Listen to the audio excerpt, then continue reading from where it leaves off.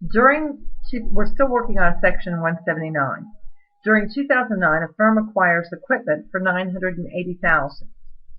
Because the cost exceeds $800,000, Section 179 is limited.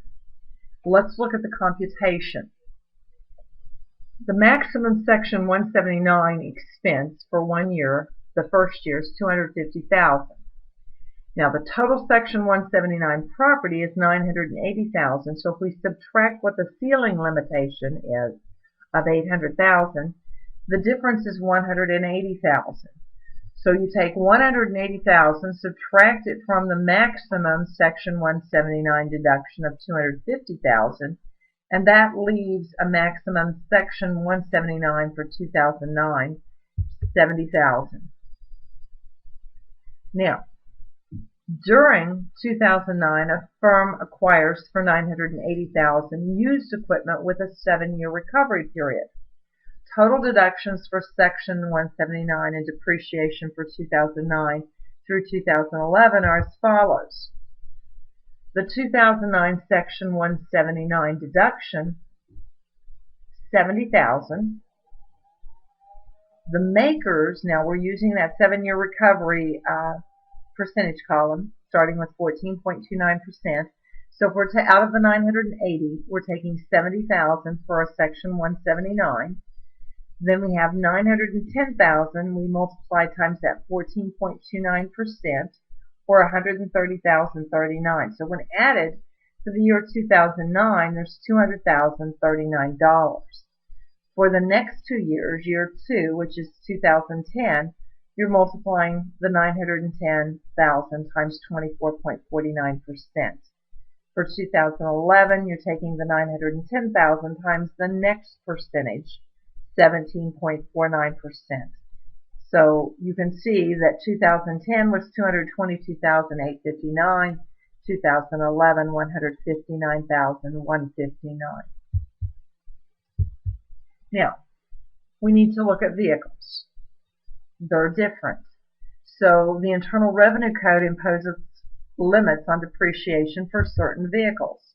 A passenger automobile, which that would be most vehicles that weigh 6,000 pounds or less, have annual limits. Heavy SUVs, pickups, and vans, generally 6,000 to 14,000 pounds. The Section 179 is limited to $25,000, but there are limits on depreciation for them as well. So in 2009, BICO acquires a new passenger auto costing $35,000. What is BICO's maximum 2000 depreciation on the auto? Well, depreciation is the lesser of the following. We would take the bonus depreciation, $35,000 times 50% bonus in first year, $17,500, and it's 5-year recovery period for a vehicle. So you would take the second half, the remaining half of $17,500 times, and you get your percentages from the 5-year recovery period, so times 20% for that first year, which is $3,500. So the 2009 regular tax depreciation, $21,000. Or the IRS passenger auto depreciation limits. So the IRS depreciation limits on passenger autos purchased in 2009, with the bonus depreciation taken, year 1 for a passenger auto is limited to $10,060. If the bonus depreciation is elected out of, not taken, then that would be $2,960 for the first year. So, still with the same example for BICO, it is either the lesser of the regular tax of $21,000, or the IRS passenger auto limit from looking at the previous slide, $10,060. Well, naturally, the lesser is the $10,060.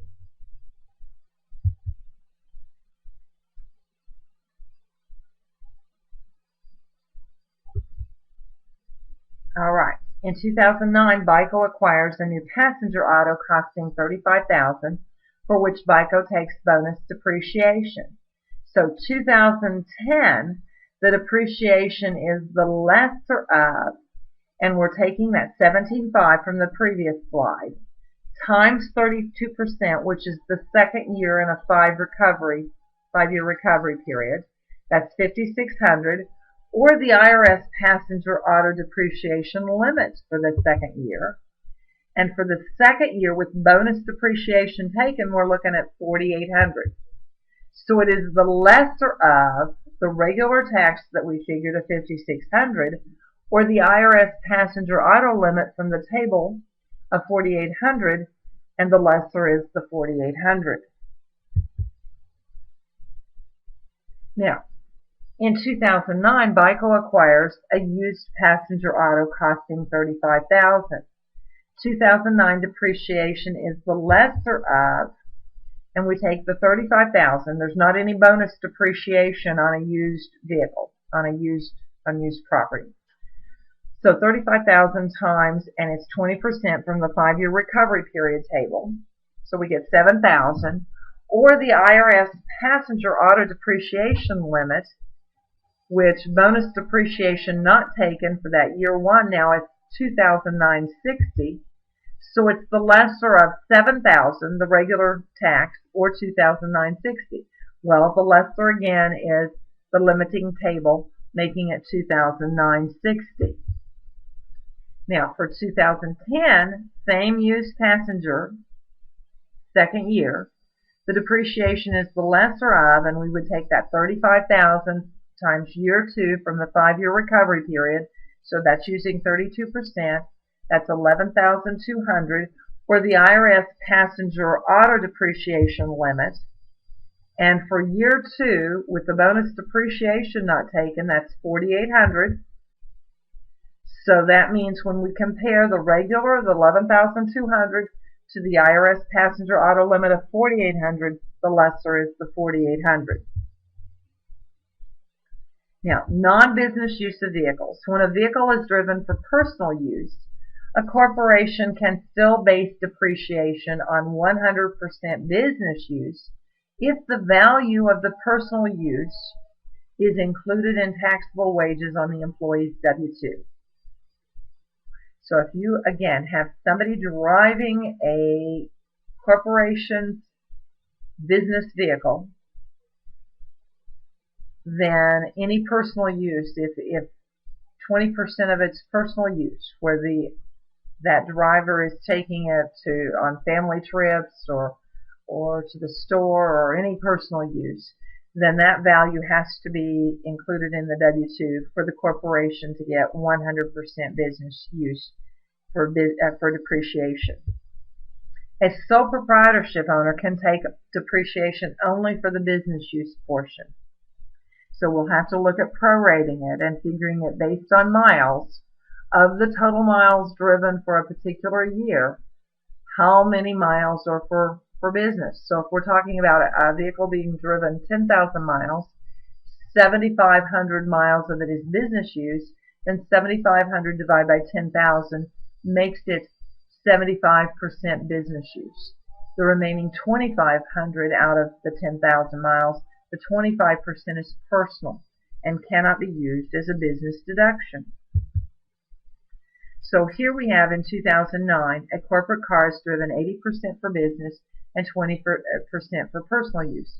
The corporation can take 100% of the available depreciation on the car if the value of the 20% personal use is included in taxable wages on the employee's W-2.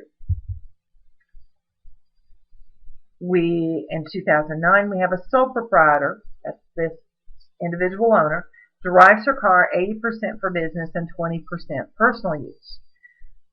The sole proprietor can take 100% of the available depreciation on the car for an employee's 80% business use if the owner includes the value of that business use on the employee's W-2 as wages. If the owner drove the car 80% for business, only 80% depreciation can be taken.